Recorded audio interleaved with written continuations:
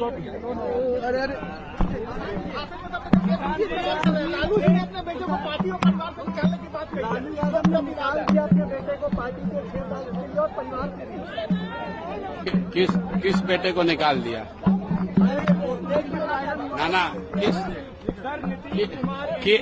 ऐसा है, लालू यादव किसको परिवार से निकाल रहे हैं, किसको परिवार में रख रहे हैं, इससे बिहार का क्या लेना देना है? लालू यादव ने क्या कहा है कि कोई यादव समाज का काबिल आदमी है उसको हम नेता बना देंगे?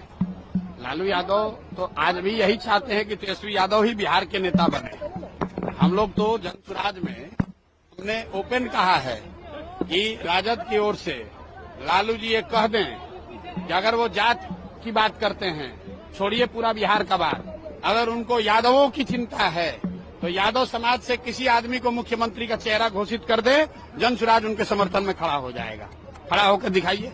अरे ये जात की बात करने वाले जो नेता है, ये जात की राजनीति नहीं कर रहे हैं, ये अपने परिवार की राजनीति कर रहे हैं, अपने बच्चों की राजनीति कर रहे हैं। इनको किसी की चिंता नहीं है।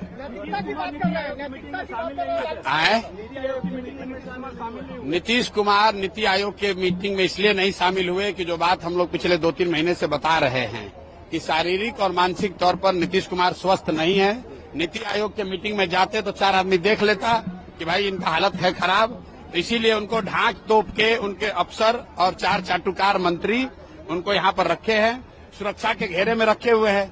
नीति आयोग के बैठक में जाते तो वहाँ अन्य मुख्यमंत्रियों से मिलना पड़ता, कुछ बोलना पड़ता, देश की मीडिया देखती, वहाँ कैसे आप छुपते, इसीलिए डर के मारे नहीं गए और आज गए हैं। एनडीए के मुख्यमंत्री और दूसरे नजरिए से देखिए, जो देश का सबसे गरीब और पिछड़ा राज्य बिहार है, उसका मुख्यमंत्री विकास के लिए नीति आयोग के बैठक में नहीं जाता है और आज दिल्ली गए हैं कि जदयू को सीट 2 को ज्यादा मिले कि कम मिले। अपने अरे भैया, जब दिमागे ठीक नहीं है, दिमाग काम नहीं कर रहा है, तो किसी मीटिंग में जाएंगे, किसी में नहीं जाएंगे।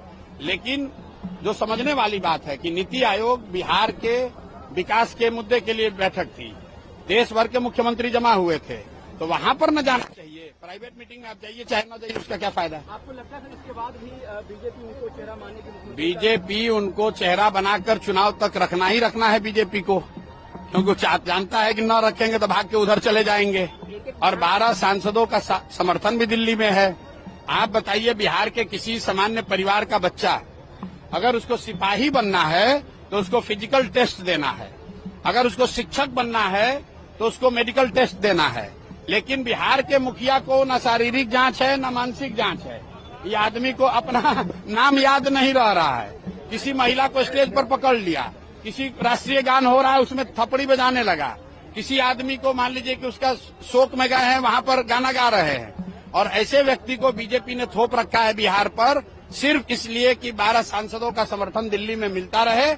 और बिहार की जनता, बिहार के युवा का जो होना है हो, उससे उनको कोई मतलब नहीं है। इसीलिए आप देख रहे हैं कि यहाँ लोगों से हमने पूछा कि मोदी के कहने पर वोट दोगे, तो लोगों ने क्या कहा बताइए? लोगों ने क्या कहा?